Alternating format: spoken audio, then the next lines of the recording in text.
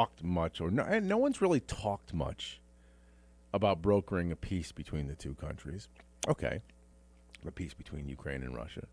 That really hasn't come up much because there's really no strong leadership, certainly no strong leadership on our side.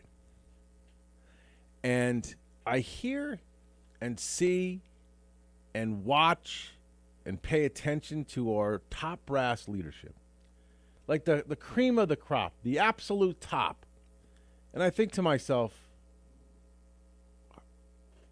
how is it possible that they're here? I know we've talked about this before in the past. I know this has been something we've gone on round and round on in the past. We go back and forth as to whether or not they're so cunning. They act as though they're simpletons, but they can't rise to that level of power and be that stupid. But then you watch someone like Kamala Harris speak, and when she's asked the most simplest and basic of questions, and even in those very juvenile grade school answers that she gives the reporter, you can see the look in her eye. She really doesn't know anything. How did she get that far? It can't just be on her back. It's what is it that has caused this woman to get to that position? I mean, we got an idea why Biden is there. He was the next one they wanted to put a crown on. He's been there the longest. This is what he wanted. This is what he desired. Whatever internal polling they did, they figured out that he was the one, old simpleton Joe, could beat Donald Trump, and it worked for them. But to align him with Kamala Harris, who can't answer a simple question about the border when she's pressed on it, when a reporter, actually a CNN reporter, asks her about the security of the border, and he goes on to say, well, hold on a second, there's 2 million people that have come across this year alone. That's a record breaker. How can it be secure? And she can't even answer it. She can't answer it because she doesn't know. She's not bright enough to be cunning. So I'm trying to figure out why she's where she is. That one makes no sense to me. But these are the two people, technically, Joe Biden and Kamala Harris. They're the difference between a peaceful planet and a planet on fire. And they keep pushing us towards being a planet on fire. The U.S., by the way, is on a path to nearly double the federal debt over the next decade. Double! What does that mean? Pay attention. Right now we're at $31 trillion. U.S. projected to add $22 trillion in new debt over the next 10 years. $22 trillion in the next 10 years. Can you imagine your kids, your grandkids trying to pay back a nut of 55, 60 trillion? This is diabolical and deliberate.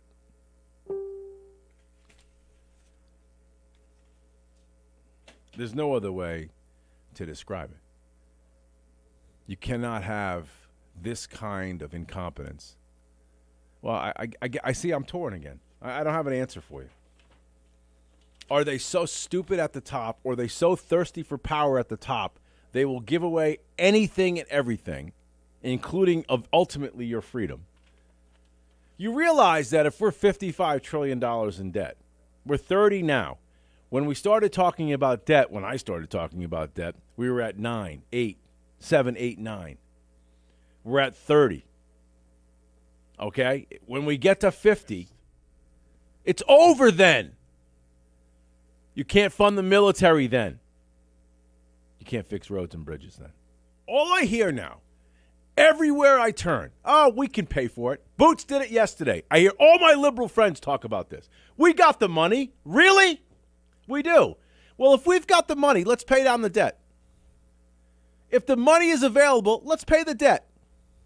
Let's concentrate on that. Why don't we do that? You know why? Because you can't get elected by paying the debt. This is the one thing that should bother every single person out there. There's going to come a point in time, because we've had this conversation before, where we think about, well, when we decide to cut programs in this country, why do we never cut like the welfare programs? We only talk about cutting other programs. When the debt gets so high and we are teetering on default, they will cut the military. And when they cut the military, wait a second, we spend more than every other nation combined. When they cut the military, it's over. When they decide to slash, now I'm not talking about trimming fat. They'll try to do that first. But when they slash it and end it, it's over.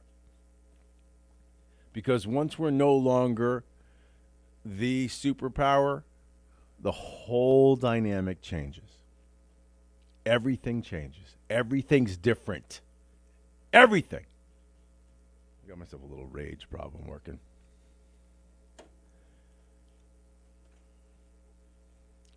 And I told myself I was going to adhere to I heard this yesterday and I thought it was great. And it's not working. I'm still raging here. I heard this yesterday. I want to share it with you. If I offered you $1 million, would you take it? And the answer is yes, you'd take it. And if I offered you $10 million, would you take it? I'm sure you're shaking your head. You would take it if I offered you $10 million. Now, if I offered you that same $10 million, but I said, tomorrow you don't wake up, this is it, would you take it then? And of course, nobody would take it. So tomorrow to you is worth $10 million. At least. It's actually probably worth 100 million, a billion, a trillion. You wouldn't sell tomorrow if I offered you $1 trillion. That's how important tomorrow is. It's priceless. And I heard that yesterday, and I thought about it, and I thought it was one of the most simple, exact, precise ways to describe how important not only today is, but tomorrow. It is absolutely 100% priceless.